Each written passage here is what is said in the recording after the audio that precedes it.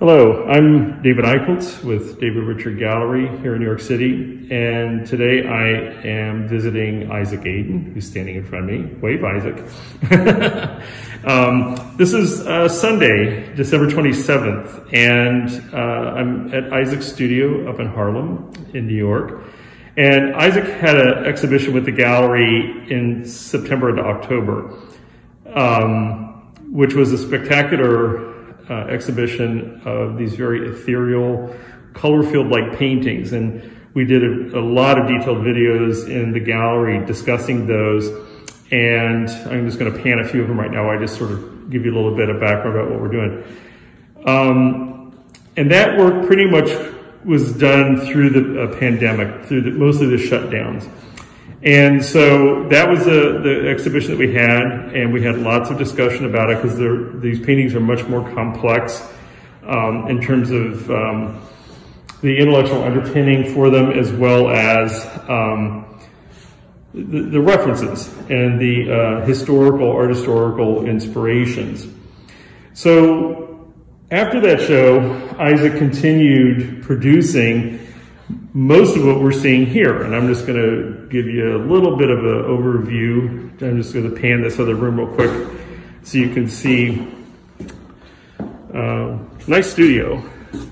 But anyway, there's a number of different things that Isaac was exploring after the exhibition. It inspired him to continue to look at these paintings in this process and in a number of different ways. So what we would like to do today is capture some of that, and we'll reference back. You guys can, anyone who's watching this can always go back to the gallery website and take a look at the videos that we did that were quite detailed. We also had a number of critics write about the work, and like David Carrier, and those reviews are also on there along with a lot of the writing that the gallery did for the show. So what I'd like to do is, Isaac, let's start in that front room. Sure. And let's have you talk about what's different about these from the ones that were in the exhibition. And I'd like to start with this grouping right here, which are very saturated in terms of color. And they are evocative of one of the paintings that was in the show that had a little bit more, I think, of the dark purple at the top. It was sort of a variation of these. But talk a little bit more about what inspired you to go back now and do like this little mini version of them. So one thing that I did with the paintings was, when I first started doing them, I like to do them in pairs a lot of times. So there was always a tendency in my practice to try to replicate quite closely another painting. These are very close. And what I found interesting was that it wasn't almost impossible, but it started becoming more and more apparent to me, the subtlety, which is something that I really like in the work. And, so were you striving though for replication? Because as you said that, that's sort of the first time I've really heard you utter it exactly that way. It sounds very Andy Warholish. No, you know, I wouldn't say replication like mechanical replication, but I liked the pairing of two paintings, the same as Joe Barrow had two paintings. But my point with that comment though was, yes, he was trying to do it through lithography and other, you know, replicative methods, but even just trying to repeat your process in a way to duplicate. So what I was curious about is, were you trying to duplicate the painting, or were you just sort of exploring how you did the original one and letting a sort of happy accident, if you will, sort of guide you into a different direction? I would say the latter to a degree. I mean, on occasion will have a general idea of what I was going to do with the painting when I started. But really what I found was these, to me, were more successful in volume. The more paintings I did, the more successful they were. The faster that I did them and the closer I did them together, the more successful they were. I would liken it to doing music, practicing music or dance, because it really becomes a bodily thing where then you remember the subtle nuance that's, I'm not going to go into all the minutiae of how I make them, but basically to answer your question about these very vivid, very saturated ones, The kind of purple on the top is really in painting mixing just between blue, actually very vivid blue, and this, you know, red and actually yellow. You don't really realize it, but the yellow is kind of what does it. Well, that's the other thing too with these, we should refresh people's memories, that basically these are red, blue, yellow. Yeah, these are made with primary colors. And they're also, what's interesting about this series, and also we are going to get to a table that was in there I didn't pan right now, of sort of what led up to this work. These are some studies and things that Isaac had done that sort of led up to this. But the interesting thing about this series was you laid down wet paint and it was gray, and then these were sprayed very rapidly on top of that wet gray paint. And sometimes the grays were real dark gray, sometimes they were lighter gray, but it was basically to allow a mixing of the paint, so it was wet on wet, and these weren't brushed or anything. It's how the particulate fell and adhered to the wet paint. That was the painting, correct? I'm painting spray into oil paint, like the kind that you would do a classical oil painting with. And so it's not brushed, it's spray, but the ground, the oil ground is brushed. And I'm just sort of zooming in because the gray is often very noticeable and distinct on the sides of the paintings. So you can see, and also some of the spray residue. So a lot of them I like the subtlety in the gray. So with these I had made, also I'm doing them outside, so the weather does affect them. So the painting that Dave was mentioning I did in the summer. And so when it's very hot, it definitely has an impact on the work. These, you know, it's 2020 now, and I have been starting, what David said, as 2016. I think Obama was still, he was still president when I first started developing this body of work. And so these particular ones, what I was doing was I was trying to make a very saturated painting that then I was going to overlay with white because it was like a snowstorm. So I wanted a very vivid, very saturated base, and then almost like a speckle, so the color would kind of come through. But then as I was doing it, I was like, boy, that looks really good. Maybe that should just be finished. And so what happens as I'm doing these, a lot of times, if I'll let the painting evolve and become modernist fashion. If I feel like the painting is finished, if I like how it looks, I try to stop. And then if I have an idea of another place that I might go, I'll try to do a different one and try to do that again. But, you know, some of them, there could be many paintings underneath that's happening at an extremely fast pace. Like very, very fast. But I've found that they're probably better if the painting is going in a direction to just let it happen.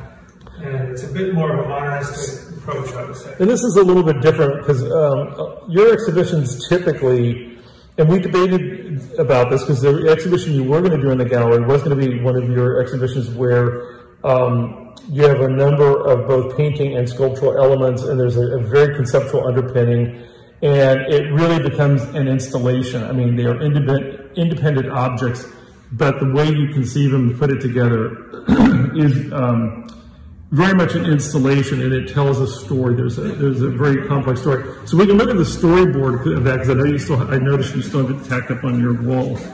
But my point was being, though, is that in many ways, this is a bit of a departure from what you had planned to do. And as people can see right now, we're looking at some of these paintings as they were conceived of as just short, as small studies here. How he was going to do this and then incorporate other sculptural elements. But in many ways, you are still kind of embarking on the same complexity of your process, but what you're doing is, instead of different objects, where it's maybe just the two, you know, goat statues with this was actually going to be a big, like wrestling arena that you had planned to do, but that was going to be just an object. And then this was another object that you had. There was a sculpture on a metal that you had. And then these statues. But instead what you're doing is you are getting a complexity of independent attempts with a constraint you've imposed in terms of size and the trio of colors, red, blue, and yellow in your process, which is a wet on wet, a spray on a wet ground. So in many ways, you're still working the same way. It's just the aesthetic is a singular aesthetic in terms of the structure of the artwork, but this tremendous complexity. I mean, there's 12 or 14 of these things in the gallery, and here's quite a few that we're panning here. And I notice there's a stack wrapped up over here. So how many of you produced of these, would you say about maybe 50, 60? I was shooting to produce 56 for the year, and that's what I got to, and then I did, it was just this 5 by 4 foot size, and then there was also some that were much larger. So to address what you were saying, kind of like in the beginning, I started saying I was trying to get one to kind of match the other one, and then I thought that that's what I would do, and just kind of, that would be one piece, and I would work as different tangential related pieces. Essentially what I'm doing is just a much deeper dive into that aspect. It's sort of like these little subfamilies are emerging now. And then, what's funny is I thought maybe I would do 10 of them at most, and then I would be done with it. And then as I did them, I could see places where the body of work was going to go. And instead of painting myself into a corner, what I found was the more work that I did, the more it evolved. And then the work led to other places. And I can easily see a minimum, another 10 this way, another 10 that way that I haven't done yet. And I thought, surely, this would be enough and I'd be done with the series. But I could see a lot of different directions that I could go. Well, I love these. They feel purpley, but they were done though as a red, blue, yellow. It's just the way what you lay down first, and then how many times you go over it, and also how close you get.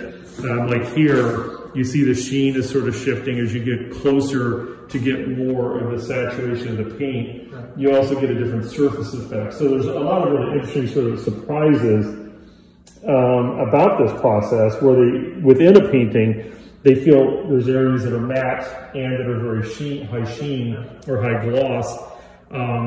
But it's also because you're wet on wet process, so you don't have the luxury of multiple light thin layers that will then end up giving the same surface effect. Here, you're having to tease those apart as you're doing it and deciding what you're really trying to go for. Is that a fair? Oh, yeah. Which also then gets to, I guess I answered my own question then. So what ends up happening then is even if you are doing a subtle variation with the differences in matte and sheen, you're also getting a different effect. Well, and the other thing that's you're with this one, so this one. Yeah, this is a great painting. I love this.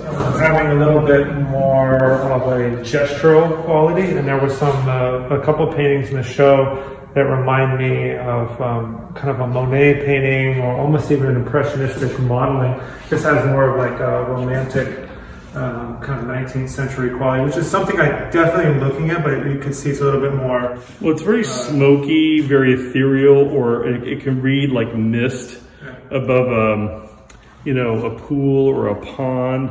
Some of that is the physicality of what's happening with the paint. And then when I was talking about just kind of letting it go, normally as I would be doing this, I would be laying down a layer, and I would continue to develop a layer.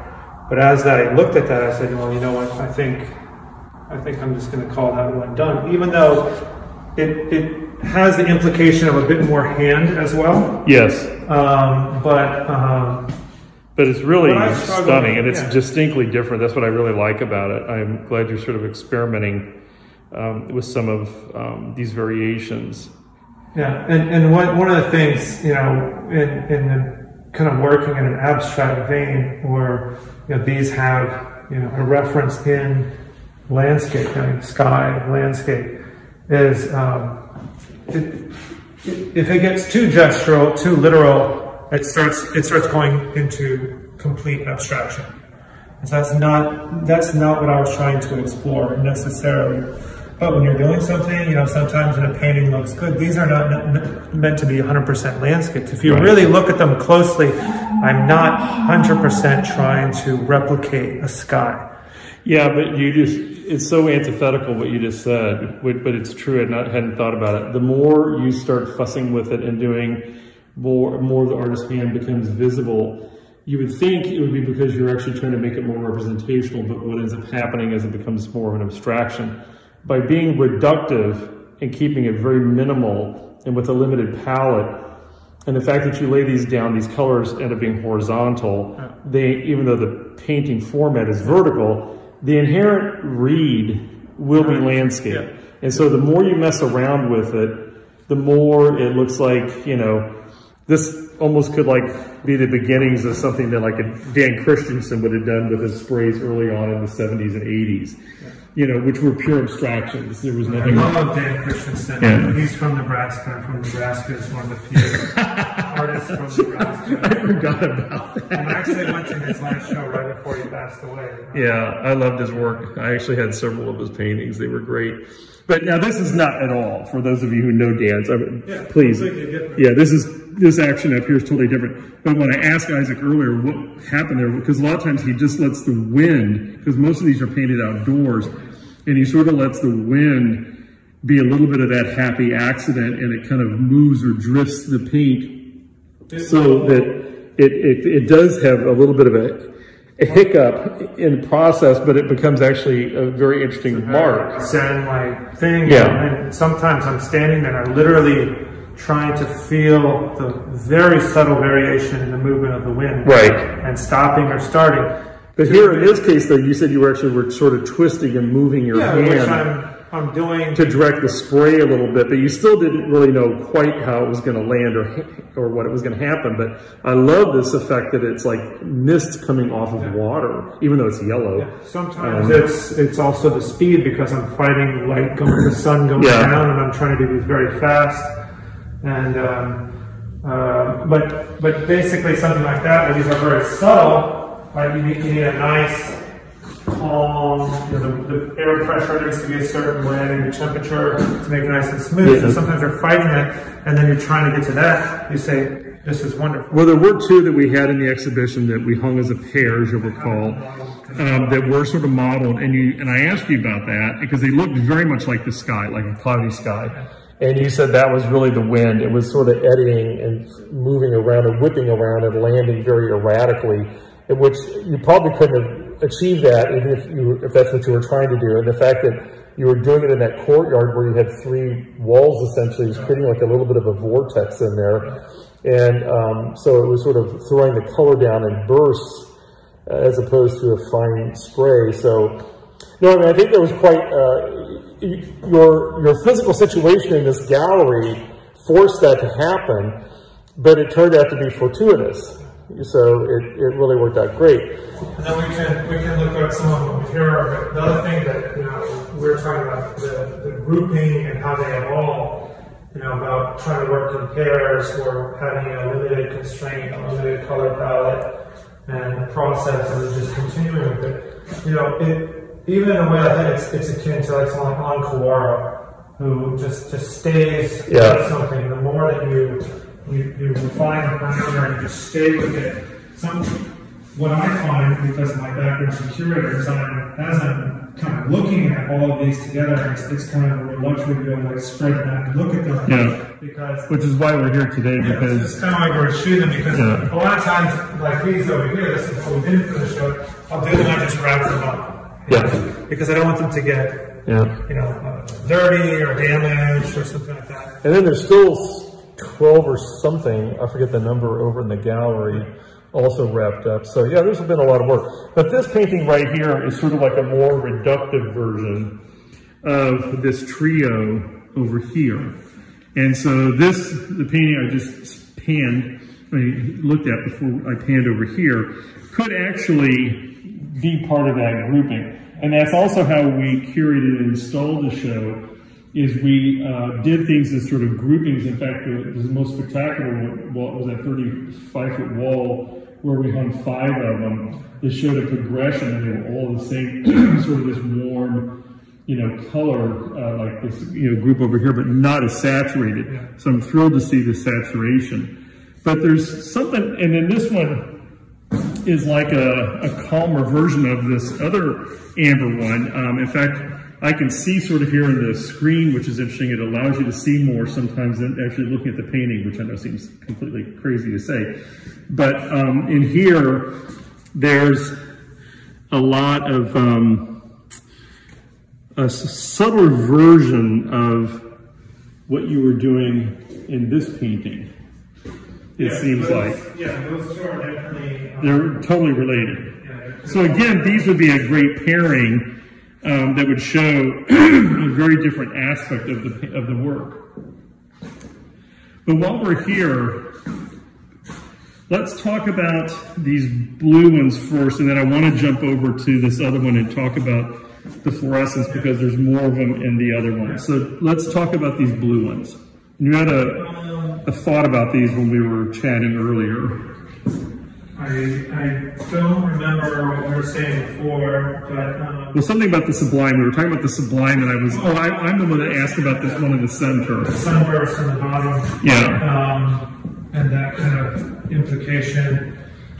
So some of these are very similar to the red ones that we looked at. You know, a lot of the color generally, if I was to generalize what I was interested in this body of work, is the gray and the subtlety between it. Why don't you stand over this way out of the so we don't get shadows. At, you know, sky, a lot of it, you know, the sublime is being between, you know, being night and then, you know, beauty kind of. And right here, this is just sheen, just letting people know, because the lighting's not perfect right now. Yeah, but the lighting's not the greatest in the studio. But I'm just panning these for people to kind of see the variations. I wanted to do something a little bit more vivid and you know, with the blue, and so it's very similar to these red and orange ones, but you know, in the blue spectrum. And there's a lot of subtlety that's very from the perspective of paint, a little tricky to get because the yellow, you know, fading into the blue, obviously, you know, makes green, and you know, want this to become a green painting. But you were, you know, talking about this bottom section and how it almost feels like, you know, the sun just kind of coming up. I mean, there's aspects of it, but I think also it might be this one has pink, a little bit of pink in it. Yeah. Yeah, I see that. So on top, I added kind of also a bit more gestural. It's very, you know, I love the subtlety in these pieces, but this is very similar to the one that you kind of showed the yellow that you said could have the quality of a more kind of romantic painting. And so the manner in which I'm doing the layering is something also that I'm exploring between what is, you know, laid down first, second, third. I mean, the general, normal, classical way is you lay lighter colors into darks, and the other way is your, you know, distance into foreground. And so I found that I have different effects depending on what's, you know, what's on top, what's the last layer. You know, it's sort of weird, as you just said, that when you're experimenting now with the layering, in some ways pardon me, I've sort of done this before. I'm thinking about the show up in Hudson, the gray and sort of red-orange stripe. Yeah. It was the same material, you know, but you did them in different scale, and some of them in different compositions where they were more sculptural and some where they were more painting-like. But there, it was the same stripe. It was very a la Van Buren, but you sewed them, but they read as paintings. They were actually fabric that you sewed together and then made your different supports, and it even incorporated some, what am I trying to say, fluorescent lighting and stuff, neon lighting.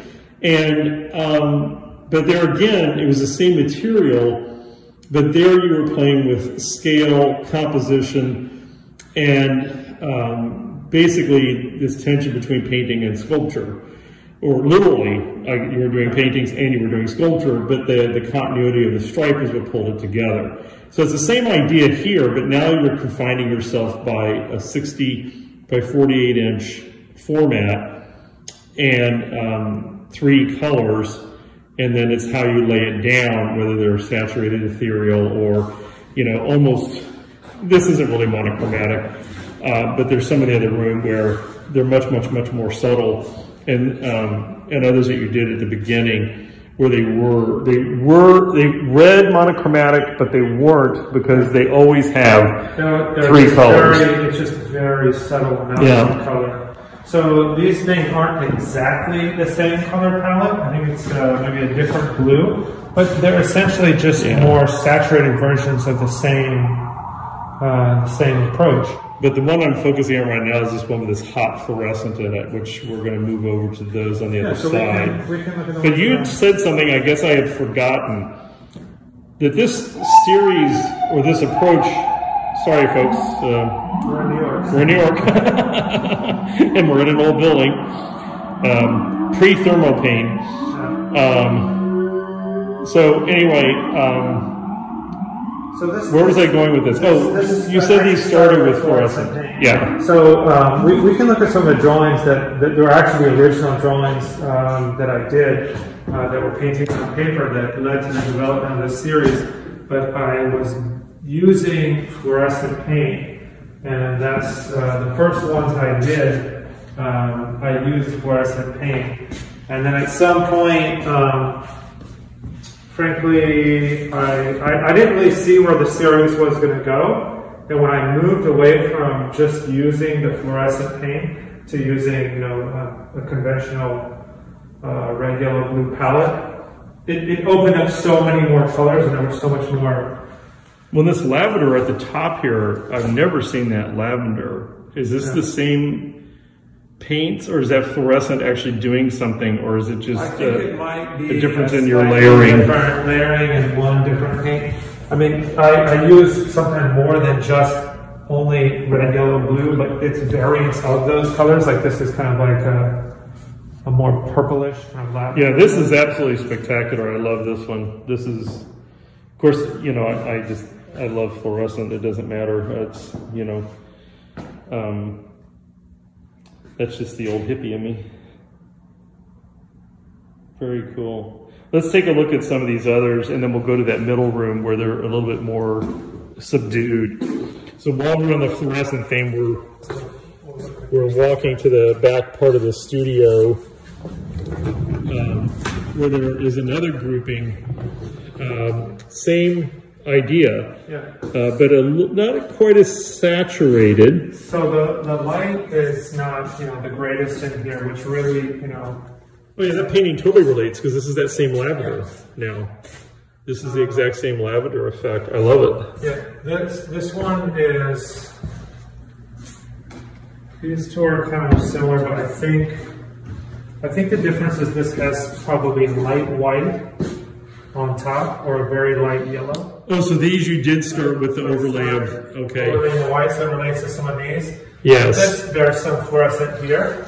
Yes. But it has to do with how saturated it is. It's a very subtle amount.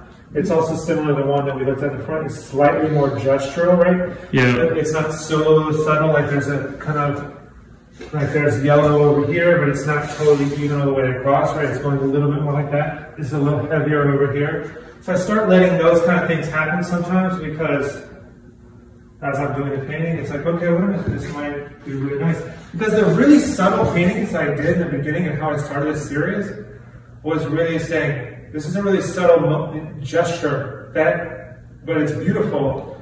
Part of me almost thought that can't be it. And I thought, wait a minute, this is, like if something is wonderful and beautiful, like that, it can be. I know you were horrified when I suggested that we skip the rest of the part of the show, because as the COVID was raging upon us, it was creating enormous logistical problems with getting the rest of the show assembled and pulled together, and also just the uncertainty of not knowing if we were how long we could stay open or shut down, and you've got a baby, and so just life was complicated.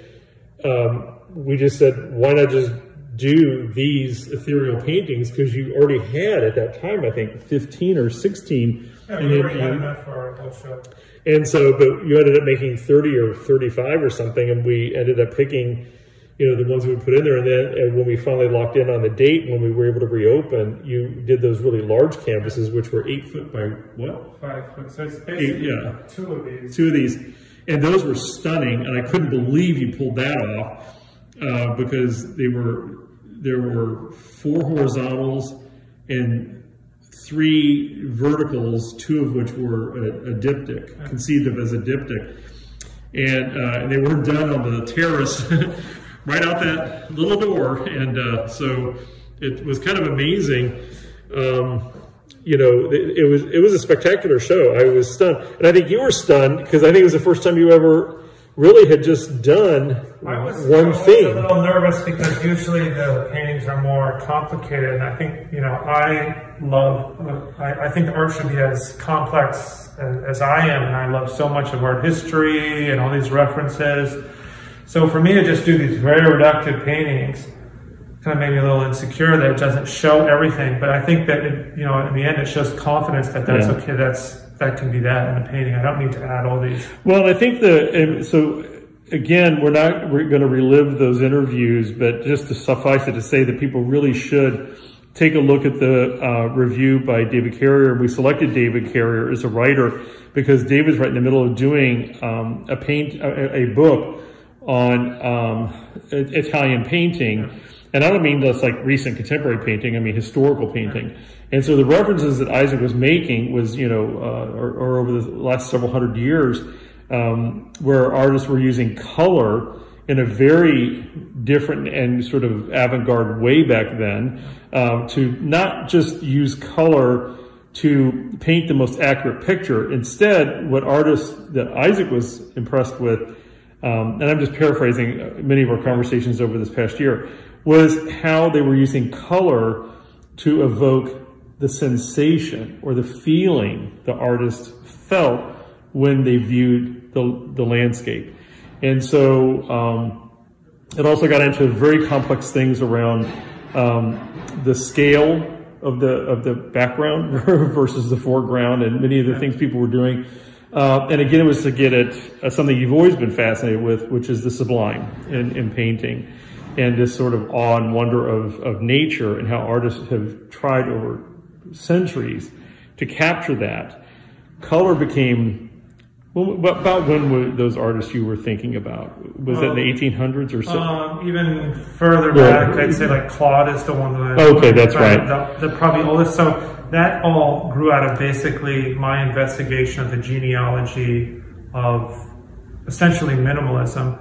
And it would start with something even into the Renaissance or even earlier, or in the medieval period. If like you look at Western art, I'm not even adding like, you know, Chinese ink painting into this conversation necessarily, but from a Western perspective, you started having pictures of figures, backgrounds, some landscapes, very intricate backgrounds of landscape. And then someone like Claude, what he did was all of a sudden, the figures became smaller and the landscape became bigger. Yeah. And that had a different impression. All of a sudden it was like the figures were tiny in comparisons to the hugeness of the world.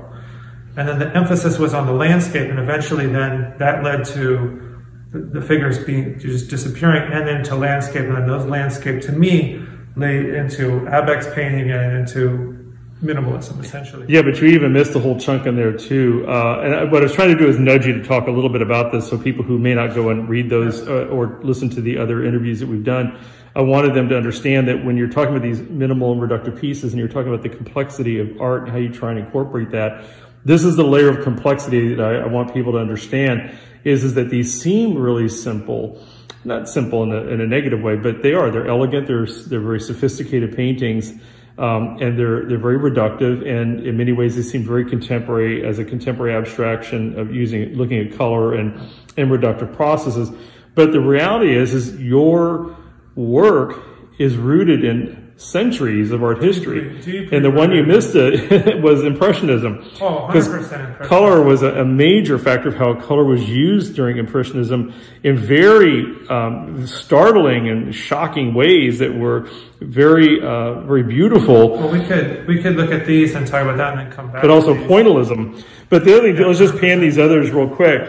There's and again, these all relate to the fluorescence piece that we talked about in the other room.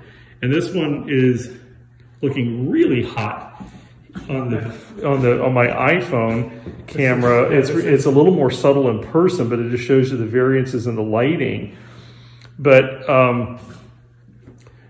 it's just to show you when he's on a roll with these things, as he said, these are just subtle variations, but these are profoundly different looking paintings. I mean, you can tell they're related. Yeah. And that's what I think the fun of them is. That's why I love grouping them together and presenting to people in these ways. And this burst right here, you know, is very fiery and again, reads very landscape in some ways, but at the same time, a bit like the other one where it almost starts nudging a little bit towards just more abstraction. There's a Munch painting, Edward Munch, where he's painting a starburst.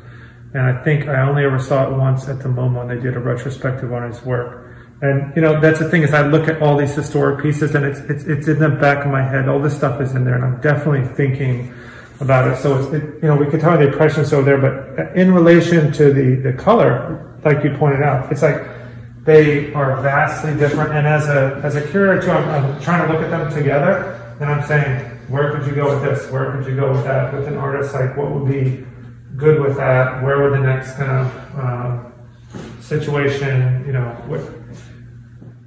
and I'm always trying to think of a museum or a client or a space where we could try and keep these clustered together, because I do think they are so potent as a grouping. And I think that's one of the things I love about your work. It makes it really hard to pick and choose what's your favorite, because the interaction of the work, you know, when you conceive of a show, is so thoughtful and so thorough that it's almost like, I hate to break them up, but they are individual, independent objects. Well, that's hell, even your floor looks good. Look at that. Well, this is the really clean version you should see. No, I just meant the color, the lavender pink color. So this is the other body that I think is quite interesting, and you did yet another subtle variation here. So go ahead and tell us about these. Maybe with the exception of this one, it's not quite the same, so maybe I could compare and contrast, but I did these, there was a big snowstorm, a blizzard here. That was about 2 weeks ago, like just before, or no, a week ago before Christmas. Yeah. Right before Christmas, there was a big snowstorm. We got more snow in one day than all of last year. And so I'm like trudging to the studio doing these. And, you know, David, I just mentioned Impressionism. These don't have some of the modeled qualities of an impressionistic painting that some of the other ones do that I like. This one, you know, we're talking about layering, so this is just subtle, you know, layering. Actually, it's like red, blue, and then kind of yellow, and it's just gentle. But the difference with these is adding a layer of white on top. And I was thinking about, you know, how you know, you see in a snowstorm or something like that, and the subtlety of color in Impressionist paintings and how they try to, you know, sensorial kind of interaction or observation is something that, you know, I've definitely been interested in. So adding the white is something also that I essentially haven't done in most of the paintings. And it's somewhere that I really wanted to explore. Well, it's a stunning effect here for sure. It's also like, these are kind of in the corner and it's pretty dark over here and it's hard to see, but it's, and this is a very subtle version, and then this is, you know, kind of similar to that. And this one is even stronger. And it's stronger meaning more white. There's more white, yeah. And so it becomes very subtle, and it relates to kind of the ones in the middle part of the studio, because those are, I kind of put a grouping of the very subtle ones. But I did one of these before, and I want to make it really heavy with the white, and so that's kind of why I was sort of these very saturated ones that we started off with, is because the underpainting is very gentle. The whole painting is very gentle. Well, I'm going to nudge you a little bit more towards that, because what's interesting here is this is sort of interesting because you're doing sort of the opposite of how you start these. So you do the gray because you started all this to make them tonal, which gets back into landscape painting and the grounds and this sort of, you know, the sort of ethereal backgrounds to get perspective.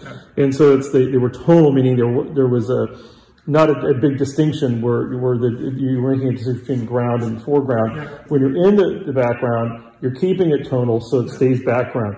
Now you did that by doing gray and then putting your red, blue, yellow on top of that. Now you're layering another thing. And almost, I'm thinking of the white and the gray as sort of like diffusers. Is that sort of how you're thinking about this? Because now you're coming back in now with another layer of gray to tone things and dampen things down even a bit more. Is that a fair assessment? Very much so. So the reason why, for me, the gray ground is so essential is this because it's diffusing the color, and I feel like the reality of color is mixed in gray. In your eye, there's two things. There's rods and cones, and one's seeing color and one's basic, I'm just going to generalize, black and white. And so if you were to see, say, a green tree, right? If you're up close, you would know the leaf is very green. But from a distance, it's not actually going to be green. It's going to be, if you look very far, it's going to be almost blue because of what's happening in the atmosphere. And so if you're a realistic painter and you're trying to look at, the key is adding those grays in. So if I do subtle paintings already into the grays, then that's what's working, for me, of a way of layering a painting instead of painting into white. So that's something that painters had done. They had painted into sienna, they painted into brown, a different colored ground. So that becomes part of the process. So I'm diffusing again, yet adding another layer of white on top, and I was going to go in this direction even more over the very vivid ones, and then it's so weird because you're neutralizing it more and more and more through your process, but it makes them so stunning. That's what's sort of weird. They get really bright with the white. What I'm trying to do also is get a bit more. This is very, because I can really see the yellow very gentle down here at the bottom, very strong. And what I think that I would like to explore with these, where I have a feeling that would be good, is if it's more modeled like this, a little bit more gestural. So then there's more contrast in some of those areas. Yeah, so like this one would be a good one to experiment. But don't touch these. I like these. These are already done. So let's go to these other ones then that are even, I think, more reductive. And now I'm beginning to wonder, do you have white over any of these? What's happening here? No, I don't think so. Because these are some of the, like, your very beginning ones where they were real subtle transitions. Soft. And actually, it's from a technical perspective, these very soft ones are almost the hardest to achieve. So there's one little subtle variation I did in this one. I think this one and one of these were the first ones. If you look at the corner of this, which one are you pointing to? If you look at the inside of the side of the painting, it might be hard to light, and then you look at this one, you could see it's a much different ground. Yeah, so I started exploring. What he's talking about is the gray. The gray that he lays down first, which is wet. So this yellowishy one right here is more darker, it looks like. I mixed more yellow into the gray. I made it more, so instead of just doing a gray, what I started doing was playing with the value. So now you're talking about some of the historical people who you were referring to with their grounds. They layered in sienna or other colors as part of the ground. So I started changing. So these, actually now I stand really close to it. And I look at the top and the bottom, it's drastically different, but it looks almost like a monochrome, very subtle. From here, it looks monochrome, but it's really weird. There's something that happens in the phone. It really accentuates between the light and the phone. It is accentuating the gradient. When I look at it in person, what I do see is I do see striations of a bit of yellow coming up. It becomes a little more accentuated on the phone, but we'll have to look at it on the playback just as an experiment to see what actually gets captured. It'll also be interesting when we get these photographed, what happens. But yeah, these are quite stunning. And this other one is a little bit more related to the family on the other wall in this other room. And this is a nice one too. Going into the more saturated blues, but they're a more gentle, not as saturated. And this one is similar to the one over here because I also laid it into this more yellowish ground, but there's more paint on top of it, so then that starts kind of slightly getting lost. It depends on how much paint. Oh yeah, from here you can really see the yellow. At this angle, I really see it now. I didn't know you were doing that. I thought they were just different variations of like lighter or darker gray. Yeah, Otherwise, you were actually also mixing coloring. Yeah. You know, it's really funny, as you were talking about how when you look at a color from a distance on something, it reads differently than when you're close up. What it reminded me of is, and this is another weird art historical sort of little tidbit. You know, one of my passions is op art, and Julian Stansack was a master of it. But it wasn't because it was optical. Julian was a master of color, and he studied under Albers. And what Julian liked to do is everything was on the grid, very structured, but he thought so intensely about how he laid down his paintings, exactly how the colors would be built, put the first one down, then the second, then the third. Because his were many, many layers of color as well. But he was using taping and masking to cordon off what he wanted the next color to go down on or not. And what ended up happening in his work a lot of times is he understood color interaction tremendously. And you have an inherent sense for that as well too. But it's that adjacency in which your eye is really looking, but what your brain thinks it's seeing. And so a lot of Julian's, one of my favorite paintings was like a coral and yellow, but from a distance, it read like a limey green, and people were wild about it. And then they get up there and they look at it. Well, this is just yellow and, you know, and sort of coral. But it was, again, he knew though how color worked, and that's what he liked, was the transformative aspect of color on a space, and also on how you viewed it and what it evoked in you. Not so much the evocation, but, you know, in all of his, but more how the sensation about it, and sort of how it transformed the space. Because Julian's work was all referencing nature, you know, virtually all of it. It was things that how he saw color, like on a dew, looking at grass with dew on it, with the light hitting it different ways. I mean, he was a real keen observer, looking at light up through the trees. It's funny you mentioned trees. And I think a lot of artists like that have always found nature as a source, a ready source for compositional and color ideas for the most purest of abstractions.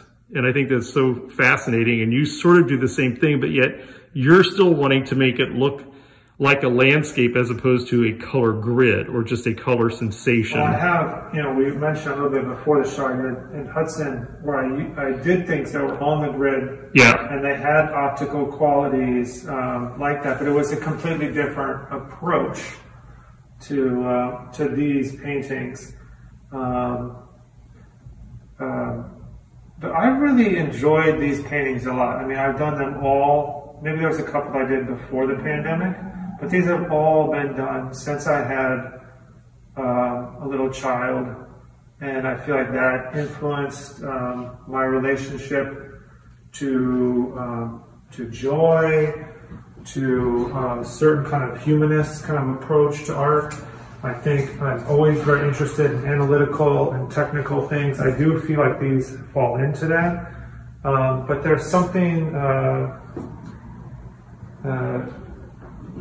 when I start thinking about these aspects, it's very complicated to summarize really quickly, but there's objects that are acting like signs, and that people have relationships to those, what they are. This work is moving away from that in a sense that I'm trying to really get into the real human quality. And I'm trying to think about what would make a piece relevant 200 years from now, outside of all the social conditions that we're encountering. Well, it's sort of a nice segue to this table, which is now our history lesson part of the show. So you did these studies like what, 3-4 years ago, 2015, 16, maybe even more. So I did them in 2014, and then I'm just going to pan it while you're talking. Sure. So there's a group kind of over here that are slightly more colorful, and that was just and more gestural. Yeah, more gestural, and that was kind of like a return back into painting to a way. There was a period where I wasn't doing any kind of conventional painting. I was really a little bit more in favor of a more conceptual approach. But then when I look back and I realized I was doing painting, I wasn't using paint, you know. And is there a bit of automatism going on here, or were you being sort of composing as you were going along when you did these studies? I couldn't hear the first thing you said. Was this a little bit more automatic, a bit of automatism and chance, yes, or? Yes, I tried to do them extremely fast and don't be afraid of radical change. And some of these very subtle ones, right, that would lead to something where I would say, oh, that's interesting. And so the nice thing is, by doing volume of these small paintings, these are on color grade paper, which is a silkscreen ink on paper, and people in, say, the advertising world would use it for graphic illustrations. It was kind of like an early Pantone, and they would cut it out and collage it into some kind of graphic that they were making. So a guy in San Francisco could communicate with someone in New York that this is the gray or orange that they wanted. And this is very updated paper, and I got it from, I used to work at New York Central, with giant piles. Oh, these are all this, except for one or two of these are green and blue, was this all variants of gray. So by doing a large... the paper's all variations of gray. So this is kind of where it kind of comes from too. But these two right here, we talked just ever so briefly about these two. Yeah, so... And you sort of felt like these were sort of a nugget. Yeah, this is how a little bit by chance, though. So why don't you talk about that? So I was doing some sprays, like these stripes and whatnot, and I think I had sprayed trying to just test the can, and somewhere like this. And I thought, oh, that's interesting, because I was working on a limited grain orange palette in this 2016 period. And then I probably did this one where it's more subtle. And then from that, I probably did, I have to look at that number backwards. I probably did some of these, right? It's a little stronger. Yeah, so you sort of see. And then it starts getting a little more lighter, and then almost nothing. And then this is the fluorescent paint into the gray. And that's really how this series started. So what it was a very desaturated gray, and extremely saturated pigment sitting on top of it. So are these three sort of related? Because so it looks like they're like sort of variations on the theme.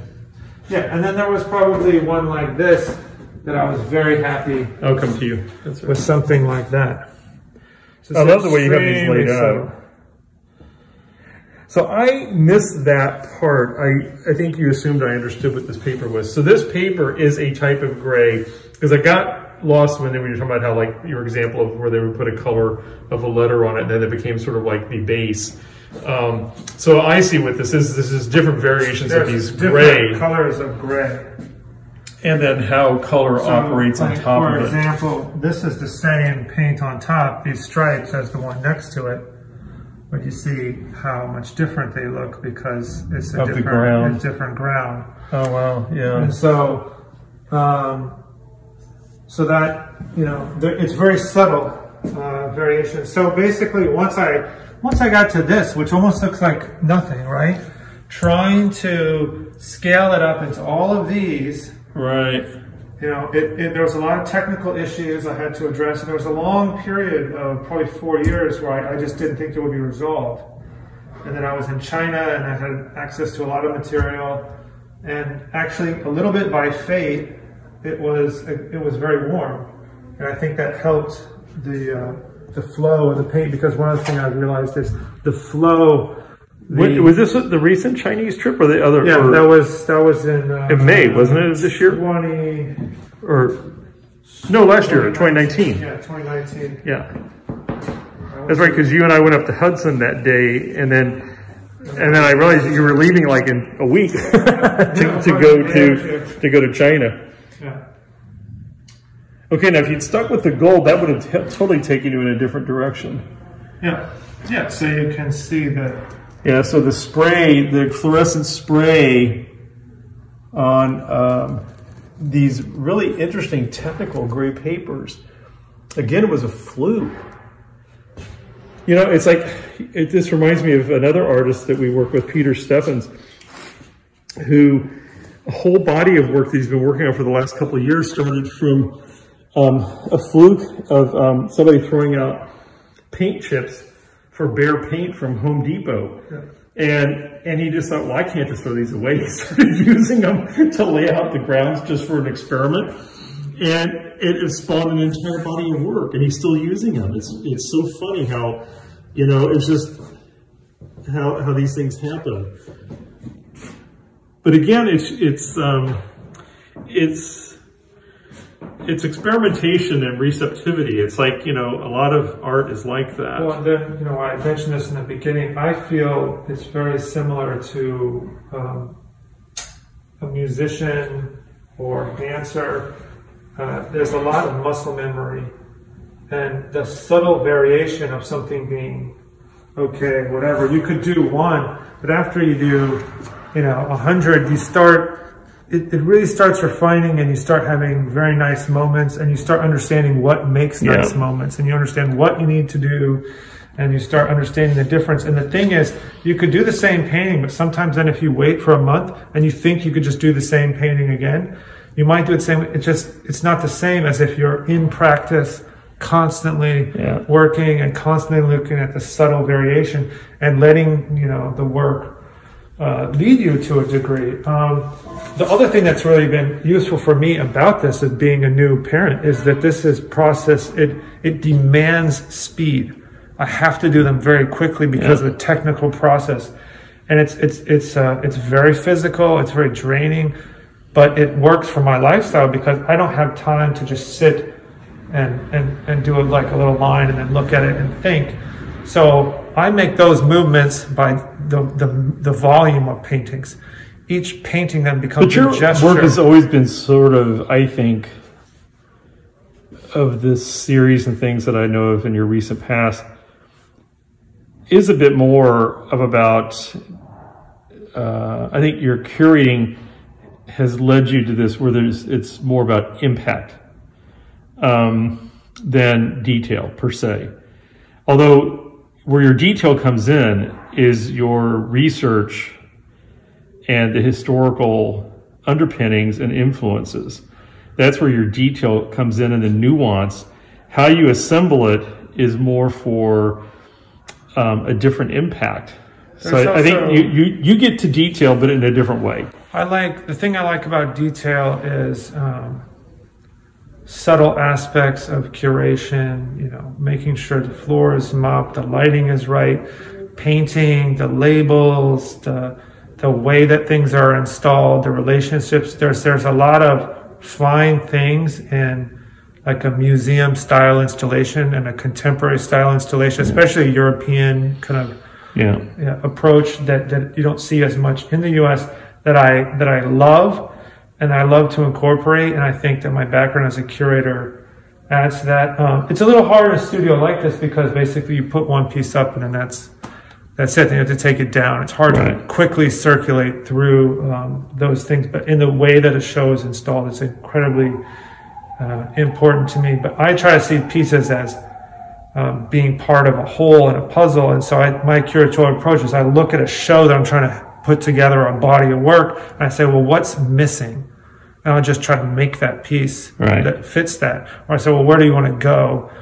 And usually all the work was pre-thought through very architecturally. And I would have this and that. But there's a long distance between this is something I want to do and then what it looks like at the end.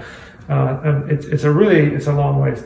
But this is a bit more modernistic in its approach, but then it's also like I'm discovering places to go with the work. Like I'm thrilled you laid this out. That's why I always like our little chats and visits, because you always kind of surprise me with things that I wasn't expecting. And there's some of these that you might not even be able to see on the camera. But I try to zoom in on this one. Like, and the gold. Yeah, now you get the reflectivity. And I think some of the other ones have part of it's fluorescent light flattens everything out. Color. Yeah. But it's and this one's like also rubbed off. Yeah. And they become very beautiful, but very subtle. So they're kind of similar, like these tonal paintings. Yeah, this one's really beautiful. They're not. I kind of like the subtlety of them, because when you view them, they actually are very active surfaces. So when you're in their presence, depending upon the light and how you stand, you get a completely different impression, which I always like about work. That's why I also like alternative sort of materials and supports. It's that unexpected that from the viewer, and it allows the viewer to kind of find a quality or aspect that they like. This is a real nice subtle one as well too. I don't think it's metallic, but it's very subtle. It's kind of like canceling a piece and rubbing it out. Yeah. And then it almost has like a frame-like quality, which is another body of work that I haven't really shown. It's like, oops, are we saying de Kooning? There it goes. these are a little bit heavier, like that. Yeah. Like these three. I do like these. I'm sure there's some deep-rooted thing that, you know, I'm not a therapist, but these ones that have these voids, I love them. But there's something about them that I think is very interesting. They're a framing device. Sonia Getgoff did that a lot too. But she was always trying to frame around something like a pre-theme of a stage to draw attention. You're drawing attention too, but the absence is what is making you look at it. And in some ways, your work becomes a little bit more about that challenge. You know, even back in the 60s, when you think about where people were more concerned about sort of what was happening on the edge of the painting versus the, you know, the interior. I mean, if I'm going quickly and we're thinking about, say, Pepe Carmel's essay that we were looking at recently, about, this is a botanical or a floral, right? Oh, yeah, it definitely reads like this a flower. This is a gesture, right? Yeah. That's the more average. These, to me, have implication of figuration. They're like, you know, a frame or something, even though there's not a figure. That's where kind of a portrait. No, I do like these a lot because they do reference, and that's part of the problem of being an art historian, right? We all always look at something and read something else. You know, it reminds us of something else, and artists always hate that. But you know, when you say that, but it's. But a lot of times it is what the artist meant. They may not realize who the other artist was they were sort of referencing, but they were cognizant of the period or the movement, you know, or whatever that it was derived from. So I think, you know, when you study art all your life, it creeps its way into all of your writing, your thinking, your studio practice. Yeah. And then there's, you know, being cautious with, you know, I was saying like signs and symbols and all that. These works, I was studying Native American horse painting. And so I went to different reservations. And so they always make the marks with their hands. Yeah. And I was interested in non-conventional Western forms of painting. So these are your thumbprints? These are my thumbprints, and I'm using the same kind of pattern as I was in another one. So it's a bit meta within my own practice. But there's, you know, like what you're saying, there's so many areas of art history and of painting that can be an influence. Like these definitely have an implication of Duran. Oh yeah, Buren's work is incredible. That's right, I said Van Buren earlier. That's actually an actress. No, it's Buren. But well, this has been fun. I'm glad we were able to do this. Isaac's moving from this studio in a couple of weeks, so that's why, and the roommates are gone, and so that's why we had the luxury of this wonderful big space the last 2 months. He and I are working on another project together that we will unfold for people still this winter. And then, but also just, you know, he's trying to finish up, not really finish up, but wanted to expand on this series before he moves to a different space, because everything's different when you move to a different space. Yeah, so, and then I'm going to try to do this size, like these. Yeah, well, we want to do a return to the big canvases. 24. Yeah. Or maybe bigger. Because they were spectacular, and the scale does change things. It's just like your stripe paintings. You know, the scale changed everything in those. So we're a little over an hour on this, and we'll probably chop this into some segments because we did cover some different terrain, and we could probably break these into bites. But Thanks for I knew you and I would never have a shortage of things to talk about. It seems like you and I can always find a million things to chat about, and about your work. That's what I like about your work. There's a complexity, and your thoughtfulness and your storyboards and everything is always amazing. You're such a detailed artist, and it's and also the fact that your wife did book publishing and design is kind of nice, because your catalogs are always off the charts. No, I know. I mean, she does a beautiful job. They just are so elegant. And so anyhow, this has been a pleasure. And I'm wishing you a Happy New Year. I think I'll see you between now and then, but Happy New Year. All right, we're signing off here with Isaac Aden at his studio in East Harlem in New York. And I'm David Eichholtz with David Richard Gallery. Thanks for joining us.